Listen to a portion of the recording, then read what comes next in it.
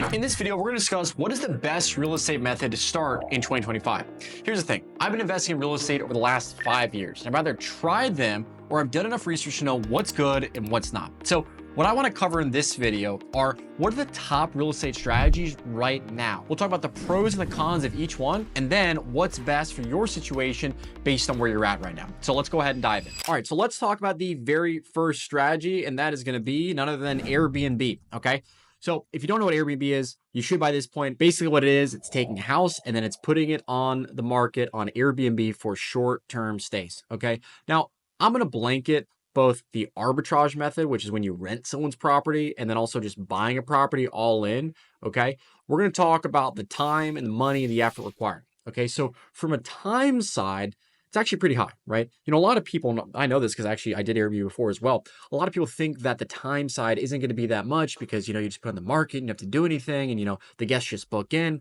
The problem is this, is that you're dealing with people, right? And people have needs, okay? The truth is that Airbnb isn't really a real estate business. It's more of a hospitality business, okay? So what ends up happening is you're going to have a lot of guests reaching out, meaning you're going to get calls late at night that, you know, you're going to have to unlock something for them or deliver towels. And like, absolutely, yes, you know, you can have cleaners cleaning the stuff and maybe you can get a property manager, but then it cuts into the time. And so the long and short of it is that from a time perspective, the time comes in terms of communicating with the guests and then dealing with guest issues if they break something like that, right? Now, it's not going to be a full-time effort at all, but the guests are around the clock. And so that's why I put the time as high, because unfortunately, like, you can't control when a guest is going to need something, right? And you got to think about it. It's like when you're serving people that are on vacation, they're traveling, whatever it may be, things come up at random hours. And for them, it's a necessity. You know, like if a toilet breaks at midnight, they can't just sit there and do nothing. Like, they're going to reach out to you, you know? So like, that's why the time side is high on it. Okay. Now let's talk about money. So for the money, I put it as a medium. Okay. The reason I put it as a medium is because there is lower cost strategies to get into Airbnb. Like I mentioned earlier, you could do Airbnb arbitrage, which is when you rent a unit, right? It could be a house, it could be an apartment, instead of buying it. So obviously, you know, you save a lot of money when you don't have to buy it. Okay. But you do have to remember you're still going to need money for the furniture. So whether you buy it or whether you do arbitrage where you're renting, you got to have money for furniture. Okay. And obviously it depends on how big the unit is, but if you got a 1-bedroom place, that might cost you $6,000. If you're getting a place that's going to be, you know, multiple bedrooms, you could be looking at 20, 30 grand potentially in furniture. It really depends on how nice it is. Okay. Now, from an effort standpoint, I put this as high. Okay. The reason was because, again, what we talked about with the time. Okay. Think about it. Yes, even though on a day-to-day basis, you know, it's not like you're in there in person, you're going to have people reaching out to you. And the more that you scale, the more time it's going to take, because that means more properties, which means more guests, which means more turnovers, which means more opportunities for things to go wrong. It's a very active business. Again, it's hospitality. And so whenever you're serving people, that's like a 24/7 type of thing. So it's not that Airbnb doesn't work. It absolutely does. Okay. And you can make money. But if you're going to do this strategy, you need to be prepared that it's going to take more time than you think, because you're going to be communicating with guests. You're going to be dealing with issues that come up, whether they get locked out, whether they need something, whether they break something, and then you have to work with Airbnb support. So just understand that with this strategy, it's not as passive as it seems. Still a great way to make money for beginners. However, I think there's some better stuff on the list. Let's go ahead and talk about the next strategy. And that's going to be rentals. Okay. You might have heard the BRRRR strategy. Okay. That's when you buy a property, you rehab it, refinance it, and you repeat. Okay. Now, let me be the first to say rentals are an amazing strategy. Okay. It's probably the most passive thing you can do on this list, but that does come with some trade-offs. Okay. So let's first talk about the pros in terms of the time. With rentals, it's the lowest time commitment you're going to have, right? Someone signs a lease for a year, maybe it's 2, whatever it might be. There's not that much to do in terms of on a day-to-day basis. Okay. Now, from a money perspective, it's high. Okay. Because you got to buy these properties, right? Even if you're using the BRRRR method or, you know, you're house hacking, at one point, you're going to have to start with your first property and buy it. Okay. For down payments, I mean, if you're in a super cheap area, maybe you get it for 20, 30 grand, but more realistically, you know, in America, you're looking at probably 40, 50, sometimes even 60 grand. It just depends on how nice the property is. So you need to have a lot of liquid capital to play with. Okay. And then for the effort, I put this as a medium. Here's why. It's not 100% passive in the sense that, you know, you just buy the property and you never do anything, right? Again, you're still dealing with people. Okay. There's still people living there. So things will happen, right? There could be a roof leak. Okay. There could be, the toilet breaks. It's like the same problems that you have with Airbnb, just a little bit less because, it's not like they're expecting a hotel experience, but you're going to have those issues. Now, from a cash flow perspective, this is one of the reasons why I don't think rentals are great for a beginner. I think they're really good for someone who's already in real estate, who's making money from, a more active cash flow type business, and then they go and buy these things. The cash flow is just not great. Okay. If you're lucky, I'm talking net profit end of the month, you might be making a few $100s. Okay. And so it's like if you're trying to replace, your active income, let's say you want to get to 10K a month. Well, if you're making $300 a month in profit per rental, I mean, you're going to need to have a lot of those, right? I mean, we're looking at over 30 different properties, which means a lot of down payments. So again, I really love rentals for people who are coming into this game with a lot of money. When I say a lot of money they can play with, I mean like multiple six figures, where they're like, I've got $100,000 I can deploy. I'm going to go buy a bunch of properties. Like that's great. Okay. It's also great as that kind of second, third level opportunity where you come into real estate with something a bit more active, where you can make more cash flow. Okay. And then you start deploying it into rentals. But as a strategy to replace your income within the next year or so, it's not very viable unless, again, you're coming in with hundreds of thousands of dollars. Let's see what we got up next on the list. Okay, we got house flipping. All right. Probably the worst one on the list. Listen, let me say this. It's not that house flipping doesn't work. It's that it's very intensive time, money, and effort. Okay, let's talk about it. From a time perspective, number one, you got to find the deals, right? So whether you're working with a wholesaler or you're sourcing your own deals, that's obviously going to take a tremendous amount of time. In addition, the competition right now for really anything related to houses, but especially house flipping and wholesaling, which we'll talk more about, it's really high in this market. Okay, and so you're going to be competing against a lot of people to get deals. Okay, and that's obviously going to take some time. Now, from a money standpoint, it's extremely high, right? Remember, you have to buy the property, then you have to put the money into rehabbing it. Okay, and so even if you take out loans and hard money, I mean, they're extremely risky. And so for someone who's new, I would not recommend this strategy. Okay, if you have a lot of experience and you want to do something very full time, 50, 60 hours a week, and you have a lot of money, this could be a really good strategy for you, right? But if you're first getting started, and again, you're looking for a way to replace, your income, right, or just supplement what you're making, this is going to take so much time. Because not only do you have to source the deals, but like then you have to be there to manage the crews. You can't just have a construction crew go out there and then not manage them. So someone has to manage the project, right? And if you're first starting out, you might even be doing some of the work yourself, right? So it's a very hands-on type of business model, which leads me to the effort portion, which is also high, right? Again, either you're going to be doing the repairs and renovations, or you're going to have someone else doing it, a crew, etc. Okay. So again, this is a really good higher level opportunity if you've got a ton of money to deploy. Because if you come into this with hundreds of thousands of dollars, maybe you come in with seven figures, you're like, yeah, I can go deploy it. You can start buying houses, you can hire project managers, people do all those types of things.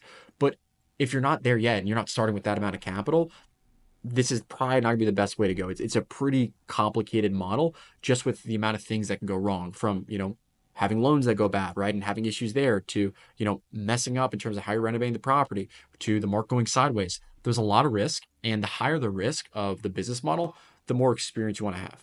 Okay. So again, I would put this on the box and say, okay, this is a good, third level opportunity after I've already made some money. All right.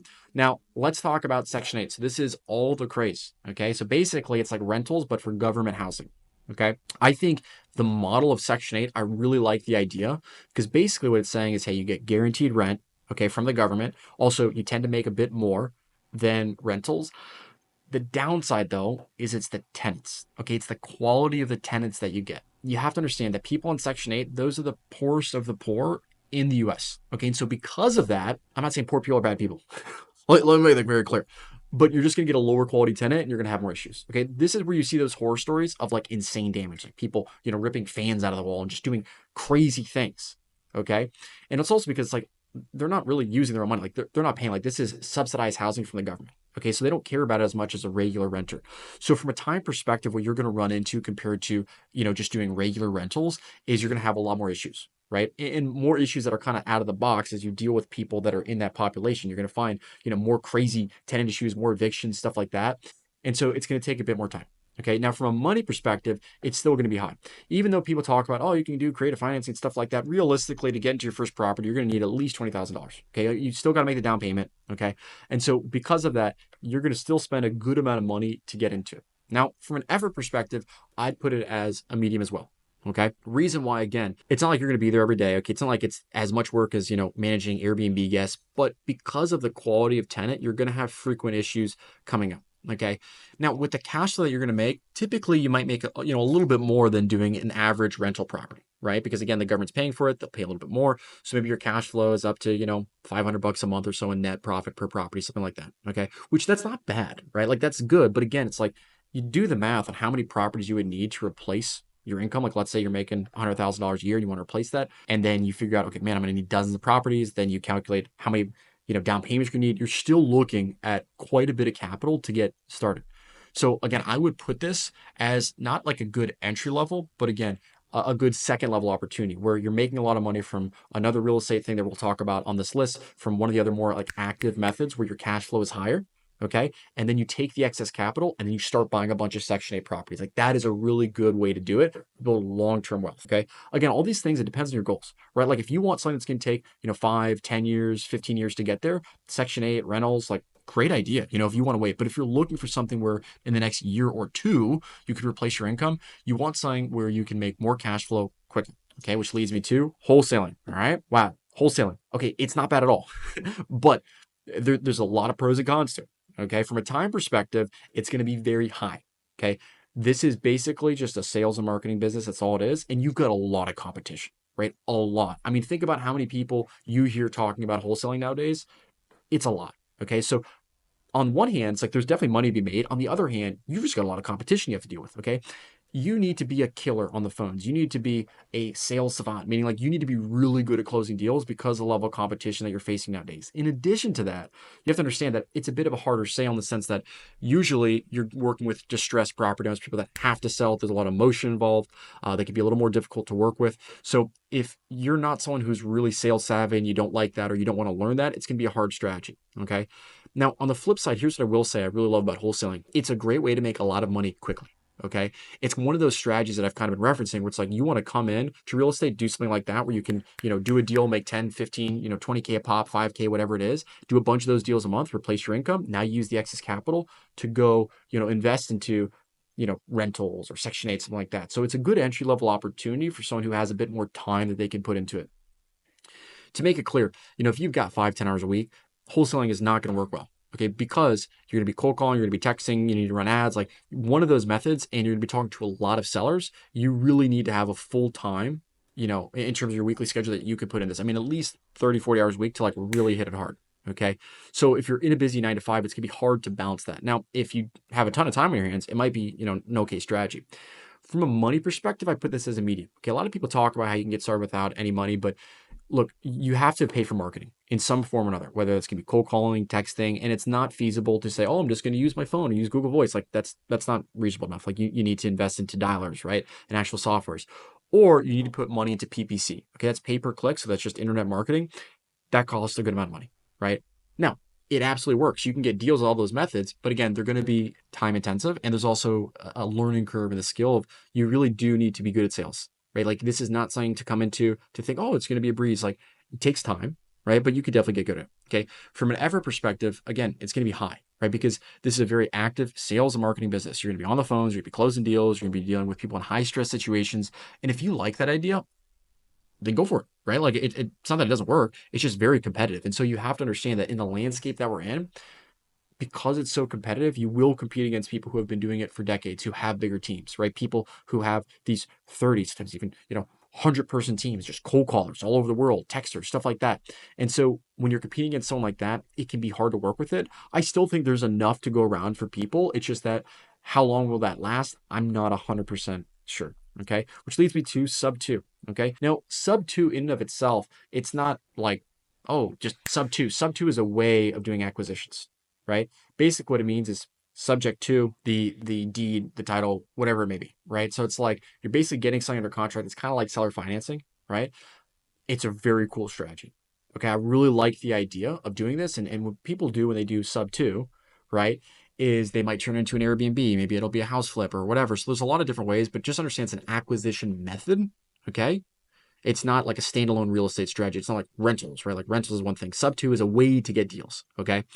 Now, from a time perspective, this is very high, okay? Because this is not an easy thing to convince someone of, right? A lot of times what people do is they'll be going on market, trying to find agents to source them deals, stuff like that, which absolutely works. So that does work, but that's going to take a lot of time, okay? In addition, to properly structure these types of deals, you're going to have really good sales chops because it's one of those creative methods of getting deals, and you're going to have to, one, explain to sellers, and two, get them on board. Okay, now from a money perspective, I put this as a loan. Okay, because again, you can do a lot of on-market strategies where you're finding agents and then you're getting agents to send you deals, which I really like the idea of. Okay, again, it just takes more time. From an effort, again, it's going to be high, right? Similar to wholesaling, because whatever your exit strategy is going to be, a lot of people use this to do house flips, stuff like that. There's going to be a lot of time involved. Okay, so just understand that. Now let's talk about multifamily. Okay, this is all the rage, buying apartment complexes. Big man Grant Cardone made this very popular, right? Robert Kiyosaki. I think it's a really cool strategy. Okay, and from a time perspective, it's low, right? Like, you get an apartment complex, you're obviously gonna have to hire a property manager. You're not gonna have that much stuff to do, right? Now, obviously, there's more complexities of it, like it's apartment complex, it's more people, but from a time perspective, I'd put it as low. Okay, from a money perspective, in terms of what it's gonna take, it's very high. And that's what I would say is probably one of the biggest drawbacks, at least for someone that's new, is that, listen, if you want to really do multifamily, right, you need to have a large amount of liquid cap, multi six figures, seven figures, etc. Right. And so for someone who's just starting out, that's usually not feasible. Okay. And also, it's like, if you're just starting out, there's a big risk there into going to get a multifamily property. Like, let's say you get a 10-plex or something, right? Right. Something where there's going to be 10 different tenants. Like, that's a lot of different things that can go wrong. I think this is really good for people who have mastered one of these other things on the list and who have a lot of money to play with, and then can go invest into multifamily. Okay. Now, from an effort perspective, I put it as high. Okay. Even though I put the time as low, I put the effort as high because, number one, when you're first getting started, deal sourcing, that will take a lot of time, right? With multifamily, not everything fits the mold in terms of, like, there's not a ton of deals out there. It's like, oh, I just grab a deal. You have to be looking for very specific things. Okay. That takes time to source those deals. Okay. And then in addition, you need to build a rock solid property management team. You need to meet with them frequently. So there's a good amount more effort that goes into getting those types of deals. However, when you do get it up and running and you build a great structure, there's a time perspective, it won't take that much time. Now, this leads me to the final and my personal favorite. We got land flipping. Okay. Now, for those of you that don't know what land flipping is, essentially it's like house flipping, but with land. Okay. The big difference is that we don't do any repairs or renovations to land. Okay. Here's what's happening in our country right now. There's over 25 million individual lots of vacant land across the US. Okay. And the majority of land is owned by the baby boomers. So those are people in their 60s or 70s or 80s. Okay. And they bought the land so long ago that when they bought it, they got it for pennies on the dollar. Okay. Land every year appreciates. Okay. It's really the most consistent investment vehicle that I've personally seen that year over year just goes up.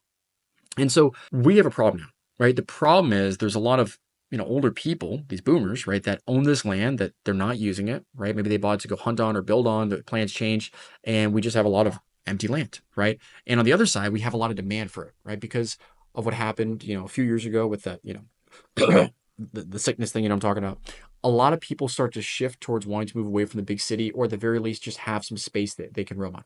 Okay. And so the idea here is that if these people, these boomers, bought it for, let's say, 20 cents on the dollar, right, decades ago, and now it's worth, 100 cents on the dollar, right? Like, let me give you an easy math example. Let's say they bought it for 20, it's worth 100. Okay. Well, they're not using it. They haven't seen it. They haven't been out there in decades. And so you can come in and offer them a lower amount. You could offer them $50,000, $55,000, where they're still going to make that profit of, 30,000 or so, right? And it still leaves you enough room on the deal to then go and flip it and make that profit. If you're wondering, well, why would someone be willing to do that? Well, here's the thing. You have to understand that for them, it's just about convenience, right? It's like, sure, they could get a realtor to go sell it. Might take them a year because they don't know what they're doing. But if they sell it to someone like myself, who's, a land flipper, I can close on that in 30 days and get the paid. And so for a lot of the sellers we work with, just having that speed of getting paid is more valuable to them than waiting, 6, 12 months to have some, realtor that doesn't know what they're doing try and sell it. Okay. Now, from a time perspective, this is low. Okay, let me explain why. What we do to get these deals, we don't cold call, we don't text, we use direct mail. Okay, so what we do is we actually send letters, and these are not handwritten. There's a company that does it for us, so they send it all out, okay, to landowners with an offer for their land. Okay, I spend about 5 hours a week doing this. And the reason why is because when I get the calls from a seller, they already know what I'm willing to offer them. So there's a lot less back and forth. There's a lot less negotiation because if someone's not interested in my offer, they just don't call back, right? They just throw it in the trash. Okay, so you're dealing with a more motivated lead, which means you're going to spend less time doing it. Okay. In addition, we get realtors who are land specific. So all they do is sell land. So they're specialists in that, where they can move the properties faster. We get them to sell the properties for us. Okay. The beauty of that is that I don't have to spend my time trying to, put the property up on Facebook or Craigslist and trying to talk to buyers, stuff like that. I have a real estate agent do that. So really all we do is we just find the markets that are in demand, send letters out, talk to the sellers, right? And we're having a few of those conversations a week, but because they're so high quality, we don't need to have a lot of those. Close the deal, get it on the market, sell it, right? And we were outsourcing them, which means from time perspective, it takes a lot less time than some of these other strategies, okay?